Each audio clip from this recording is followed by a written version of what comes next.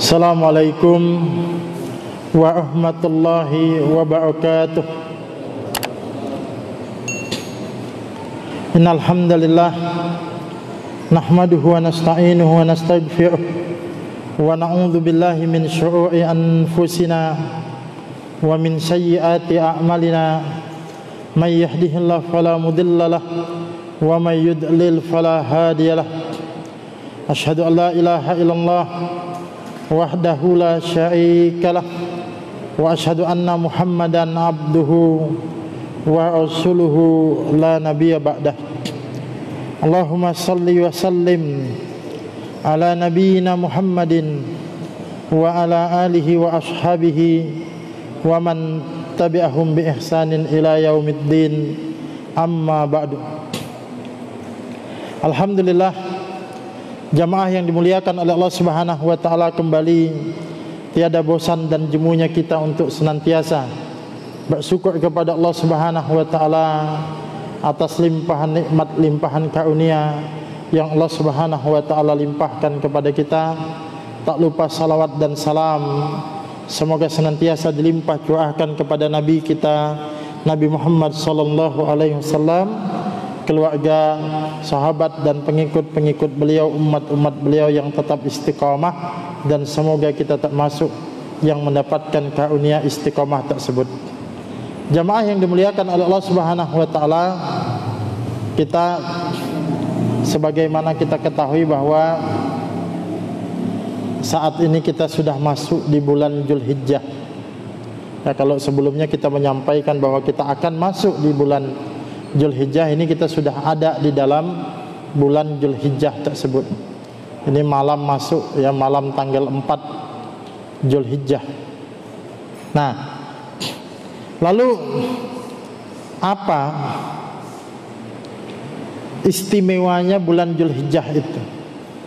Kita jangan hanya nanti menganggap bahwa bulan Dzulhijjah itu istimewanya di tanggal 10 Dzulhijjah saja. Tidak. Bulan Dzulhijjah ini bulan yang istimewa keseluruhannya. Sebagaimana ketika bulan Ramadan itu ada puncaknya di Idul Fitri, tapi bukan sebelum Idul Fitri itu ada Ramadan yang mendahuluinya. Ya. Maka begitu juga Idul Adha. Sebelum Idul Adha itu ada keistimewaan-keistimewaan yang mendahuluinya. Nah, ini yang kadang-kadang kita lupakan. Kita kalau bulan Ramadan sudah sangat mafhum, sudah sangat paham tentang keutamaannya, karena memang banyak yang menyampaikan. Padahal bulan Dzulhijjah ini di sisi lain juga memiliki keutamaan, bahkan nanti bentuk keutamaannya itu boleh kita katakan hampir sama dengan bulan Ramadan, walaupun sifat dan derajatnya yang berbeda, tapi bentuk-bentuknya itu ada. Ya, sebagaimana nanti kalau kita sebutkan, kalau di Ramadan itu ada 10 hari terakhir yang istimewa. Di dalam bulan Dzulhijjah juga ada. Kalau di Ramadan itu ada malam Lailatul Qadar. Di dalam bulan Dzulhijjah juga ada satu hari yang istimewa. Nah, itu nanti yang akan kita bahas. Nah, kita awali jamaah yang dimuliakan oleh Allah Subhanahu wa taala dari sebuah hadis yang diriwayatkan oleh Imam Bukhari dan Muslim, bersumber dari sahabat yakni Abu Bakrah radhiyallahu anhu. Rasulullah sallallahu alaihi wasallam bersabda, "Syahrani la yanqusani syahru idin Ramadan wa Dzulhijjah." Kata Nabi, ada 2 bulan yang tidak akan ada 2 bulan yang pahala amalnya tidak akan berkurang pada kedua bulan tersebut. Pada 2 bulan ini ada idnya, Ramadan, yang nanti setelah selesai Ramadan kita ada Idul Fitri. Walaupun Idul Fitri itu di bulan Syawal, tapi tidak bisa dilepaskan dengan bulan Ramadan, ya. Wa Dzulhijjah, wal Dzulhijjah, dan juga bulan Dzulhijjah. yang di dalamnya itu ada Idul Adha. Nah, di sini di hadis ini Rasulullah menyebutkan syahrani la yanqusani, ya. 2 bulan yang tidak akan berkurang pahalanya, sama-sama ada idnya, ya, Idul Fitri dan Idul Adha. Lalu Nabi menyebutkan itu adalah Ramadan dan bulan Zulhijjah. Di sini Rasulullah sallallahu alaihi wasallam menggandengkan bulan Zulhijjah dengan bulan Ramadan dan menyebutkan bahwa pahala amal di 2 bulan itu tidak akan berkurang, artinya akan dilipat gandakan. Hal ini menunjukkan bahwa bulan Ramadan dan bulan Zulhijjah sama-sama memiliki keistimewaan, sama-sama memiliki keutamaan, walaupun sifatnya, jenis keutamaannya berbeda, tapi ini sama-sama 2 bulan mulia, ya, bulan Ramadan dan bulan Zulhijjah, karena Nabi menyandingkannya seolah-olah kita itu ingin diingatkan, hai kalian kaum muslimin, jangan lupa selain bulan Ramadan yang istimewa, yang kita banyak meningkatkan amal saleh kita pada bulan tersebut, jangan lupa ada juga bulan Zulhijjah, ya. Nah, jadi ketika Ramadan sudah jauh dan masih lama kita bertemu dengan bulan Ramadan, dan kita juga tidak tahu apakah Allah Subhanahu wa taala mengizinkan kita masih bertemu dengan bulan Ramadan yang akan datang, tapi bulan Zulhijjah ini jangan kita sia-siakan, karena memang dia bulan syahrani la yanqusani, 2 bulan yang tidak akan berkurang pahalanya, maksudnya akan dilipat gandakan. Nah, jamaah yang dimuliakan oleh Allah Subhanahu wa taala, apa keistimewaan dan keutamaan bulan Zulhijjah? Kita sebutkan satu persatu. Yang pertama, bulan Zulhijjah termasuk salah satu dari Syahrul Haram, bulan suci. Ini yang sudah kita pernah jelaskan ketika membahas bulan Dzulqa'dah pada pertemuan bulan yang lalu. Jika kita mengenal bulan Ramadan sebagai Syahrul Mubarak, bulan yang penuh berkah, maka bulan Zulhijjah memiliki keistimewaan sebagai salah satu dari bulan haram, bulan suci dari 4 bulan suci yang ditetapkan oleh Allah Subhanahu wa taala. Kita sudah menjelaskan tentang Syahrul Haram ini, ya, di dalam surah At-Taubah ayat 36, yang di situ Allah Subhanahu wa taala menyebutkan ada 4 bulan suci, dan nanti rinciannya itu juga disebutkan di dalam hadis riwayat Imam Bukhari dan Muslim, bahwa 4 bulan suci yang dimaksud itu adalah Dzulqa'dah, Zulhijjah, Muharram dan bulan Rajab. Jadi bulan Zulhijjah termasuk di dalamnya. Nah, kalau kita biasa menyebutkan bulan suci Ramadan, maka sesungguhnya bulan Zulhijjah ini adalah bulan suci. Padahal kalau secara penamaan bulan Ramadan itu di Al-Quran, di hadis tidak disebut sebagai bulan suci, walaupun sifatnya suci, ya. Dia disebut Syahrul Mubarak, bulan penuh berkah. Bulan Zulhijjah ini adalah bulan suci. Jadi karena ini bulan suci, ya, sebagaimana kita biasanya semangat selamat datang bulan suci Ramadan, maka ini selamat datang bulan suci Zulhijjah. Ini juga mesti kemudian kita ucapkan. Yang kita mengetahui keutamaan bulan haram, termasuk bulan Zulhijjah di dalamnya, apabila kita melakukan amal-amal saleh pada bulan tersebut, maka pahala kita akan dilipat gandakan oleh Allah Subhanahu wa taala, karena ini bulan suci. Sebaliknya, melakukan dosa di bulan suci itu juga dosanya lebih besar.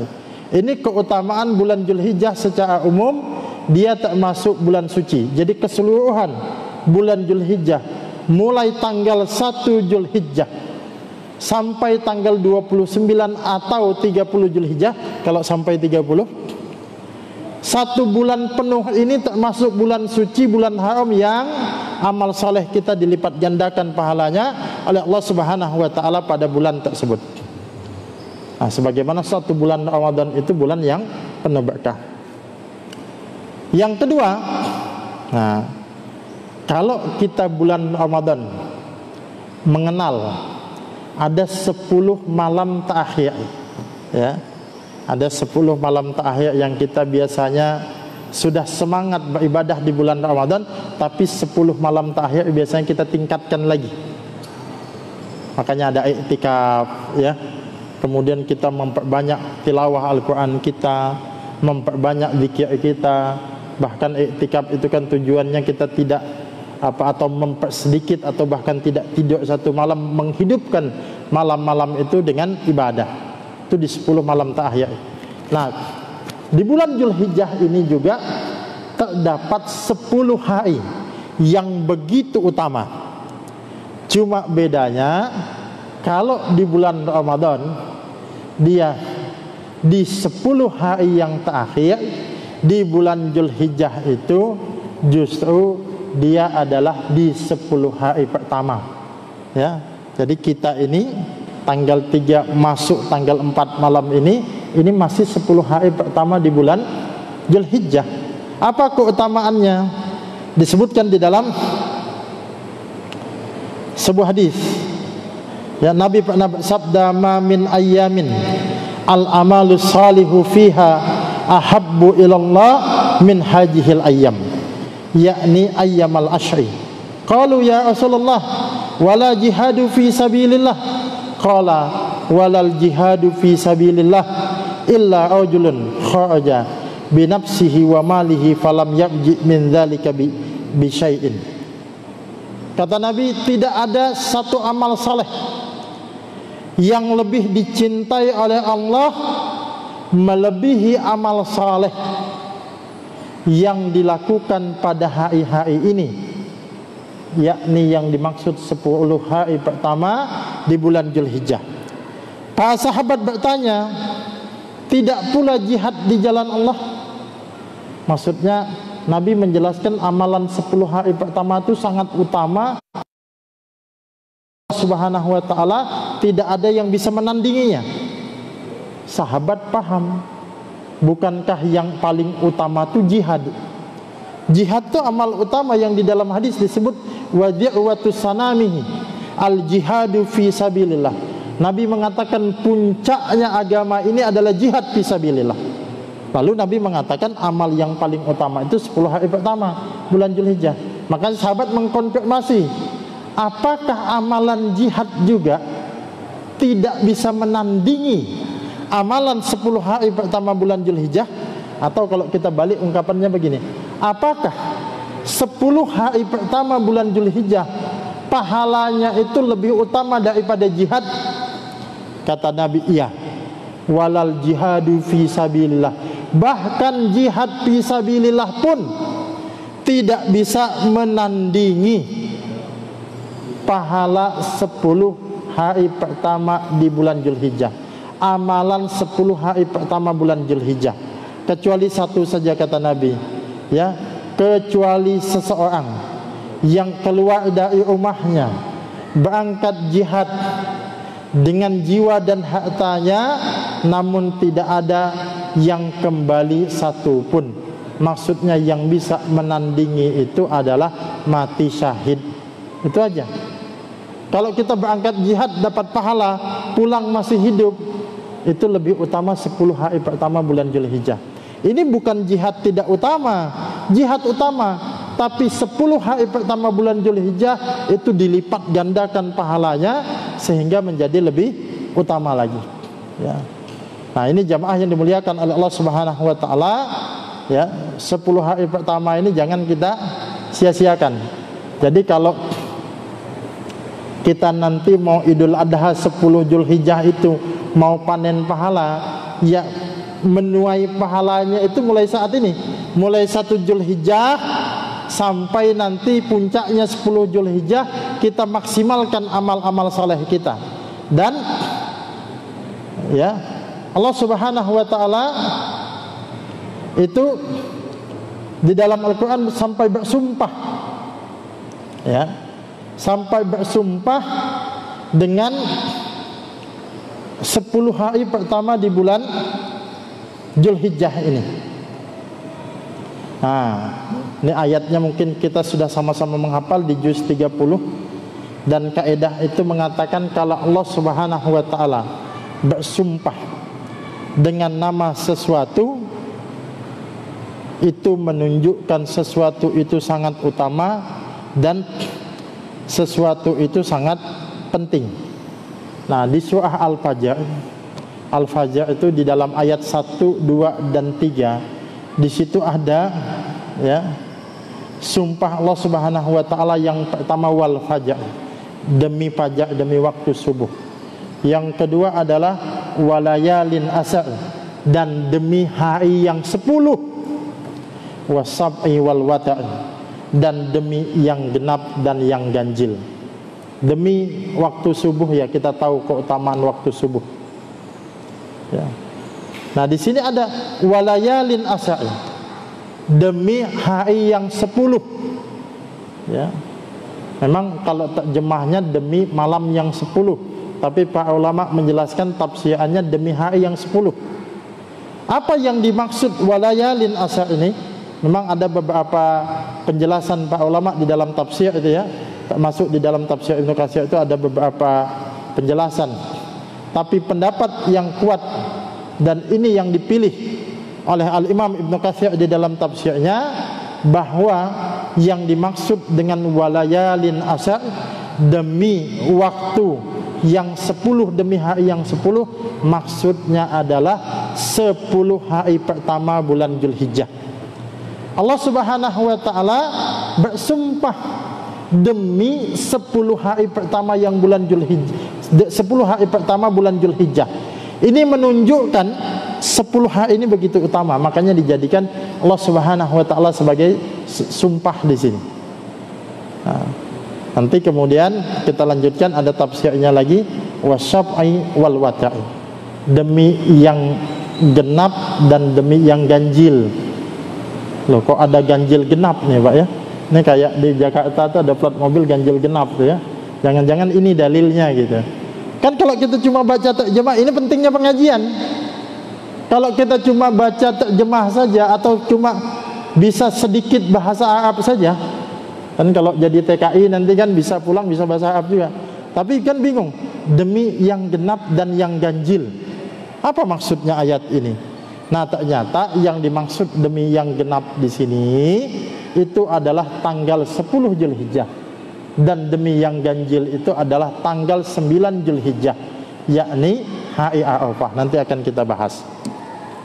Nah, jadi jamaah yang dimuliakan oleh Allah Subhanahu wa taala, keutamaan 10 hari pertama bulan, keutamaan bulan Dzulhijjah yang kedua adalah 10 hari pertama amalan yang dikerjakan pada waktu tersebut lebih utama daripada jihad fisabilillah. Nah, kita mungkin jihad dalam makna kital, dalam makna peperangan di medan tempur begitu, mungkin Allah alam kita ya belum ketemu, atau mungkin ya kalau kita melihat kondisi saat ini tidak ada dipertemukan oleh Allah Subhanahu wa taala. Satu, memang wilayah kita, zaman kita, masa kita bukan wilayah perang, kita wilayah aman, wilayah damai, wilayah kita wilayah dakwah. Yang kedua, kalaupun ada kita belum tentu berani juga kan gitu. Nah, tapi kita bisa mendapatkan keutamaannya. Keutamaannya apa? Dengan memaksimalkan 10 hari pertama di bulan Dzulhijjah ini dengan amalan saleh ya, yang sangat dicintai oleh Allah Subhanahu wa taala. Nanti muncul pertanyaan, apa amal-amal saleh yang dimaksud di situ? Ya, banyak nanti penjelasan para ulama, tapi di antaranya yang istimewa adalah puasa. Ya, berdasarkan sebuah riwayat bisa puasa kalau dikerjakan dari 1 sampai tanggal 9 Dzulhijjah boleh. Ya.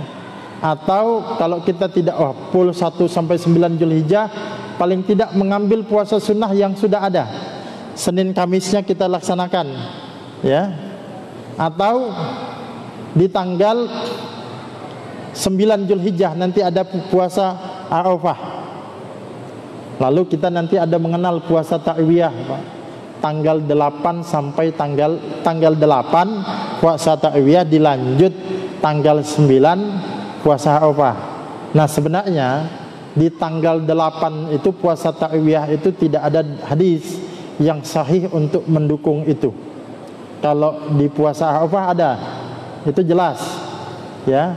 Jadi, tapi para ulama mengatakan bukan berarti tidak boleh berpuasa tanggal 8, boleh berpuasa tanggal 8 itu dengan niat memperbanyak amal soleh, ya, tanggal 1 sampai tanggal 9 tadi, memperbanyak puasa berdasarkan hadis itu. Adapun khusus puasa Ta'wiyah ini tidak didapatkan hadis yang sahih, tapi boleh berpuasa dengan niat memang memperbanyak amal soleh, ya, di 10 hari pertama di bulan Dzulhijjah, ya. Amal apa lagi?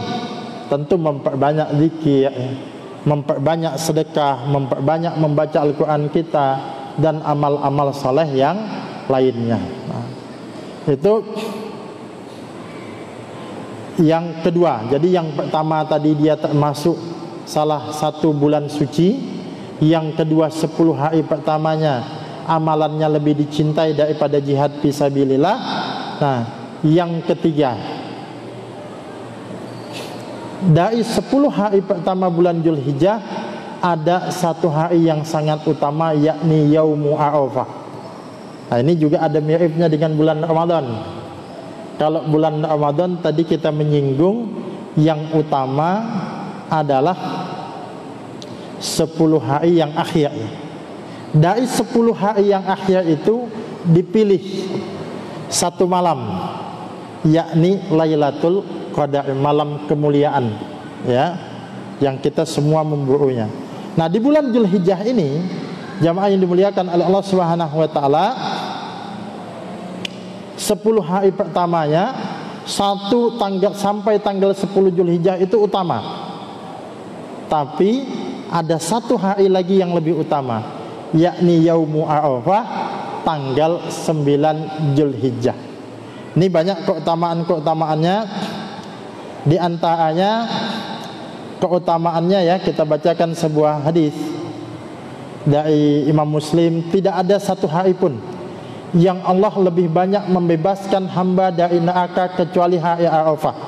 Di hari itu dia mendekat, kemudian membanggakan mereka yang wukuf di hadapan para malaikat.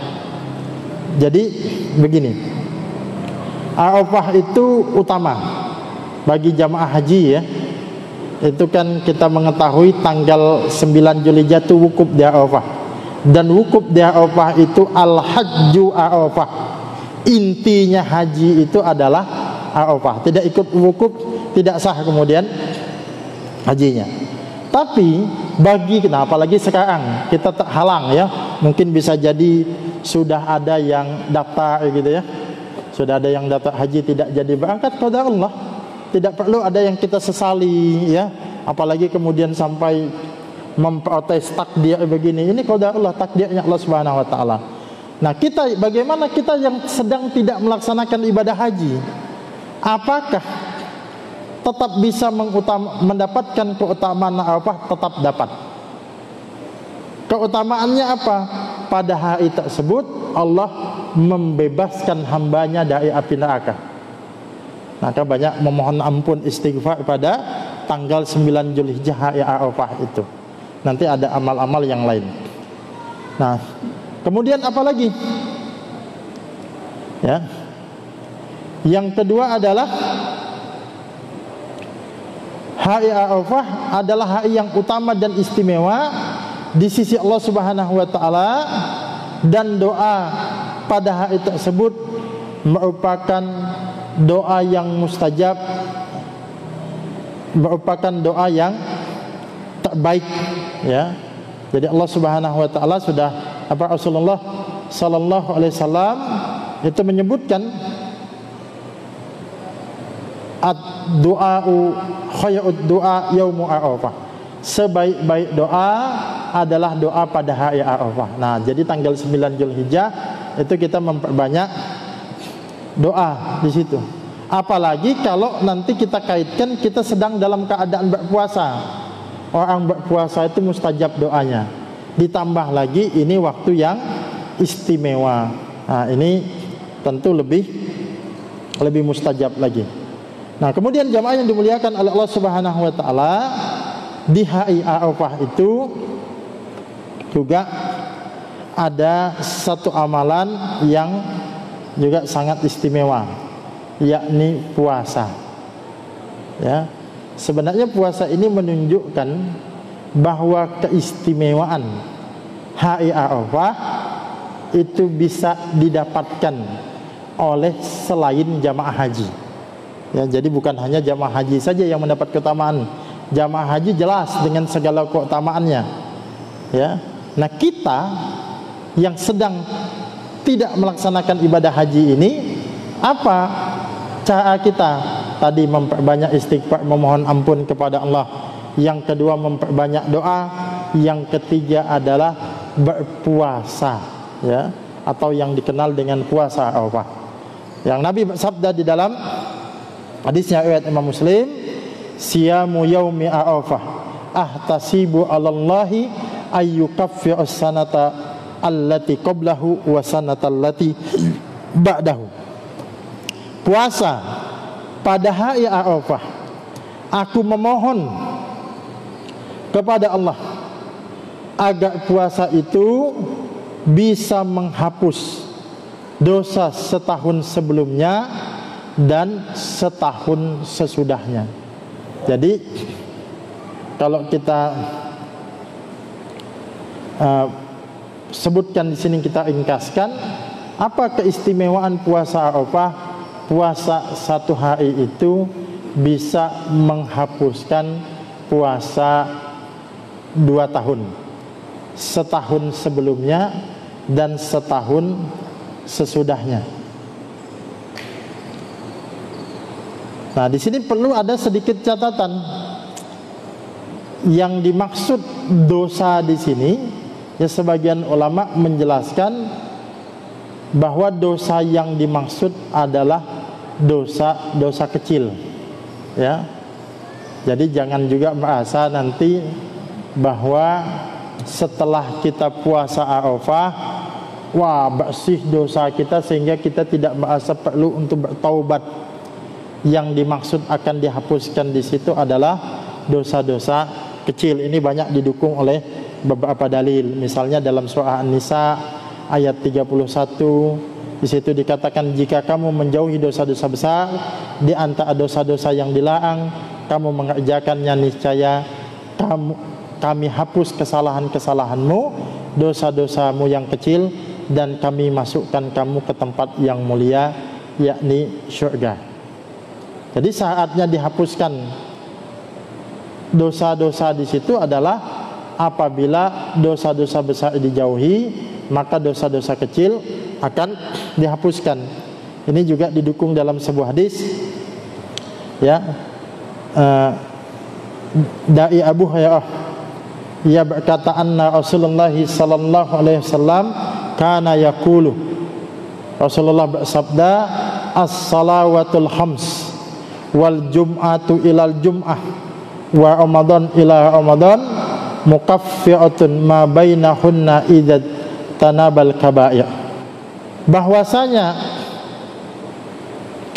ya, Rasulullah bersabda, salat yang 5, maksudnya salat 5 waktu, satu ke salat berikutnya, salat Jumat ke salat Jumat berikutnya, Ramadan ke Ramadan berikutnya, adalah penghapus dosa antara keduanya dengan syarat apabila menjauhi dosa-dosa kecil. Kita ini habis sholat, ya, sholat maghrib, kalau ada dosa kita antara maghrib dan isya, nanti isya insya Allah diampuni dosa kita, tapi itu dosa kecil. Nanti isya, mungkin ini bukan berarti kita buat sengaja buat dosa, ya. Ada dosa yang tidak sengaja kita lakukan, nanti subuh diampuni dosa kita saatnya, bukan dosa-dosa besar. Kenapa? Sebab kalau dosa-dosa besar mesti dengan taubatan nasuha, taubat yang sungguh-sungguh. Ini saya maksud, kadang-kadang kita kan namanya manusia, ada kata-kata yang tak salah, tidak maksud kemudian kita sengaja, ya ada kemudian perbuatan-perbuatan dosa yang kecil yang kita tidak bermaksud untuk melakukan, ini yang akan diampuni. Tapi dosa-dosa besar bertaubat. Maksudnya kita menyampaikan ini jangan sampai nanti wah berarti puasa Arafah menghapuskan dosa 2 tahun sehingga tidak terdorong hatinya untuk bertaubat, padahal taubat itu mesti amal yang senantiasa dilakukan. Itu. Nah, kemudian penjelasan berikutnya tentang puasa Arafah. Nah, kalau menghapuskan dosa setahun yang lalu kita sama-sama paham.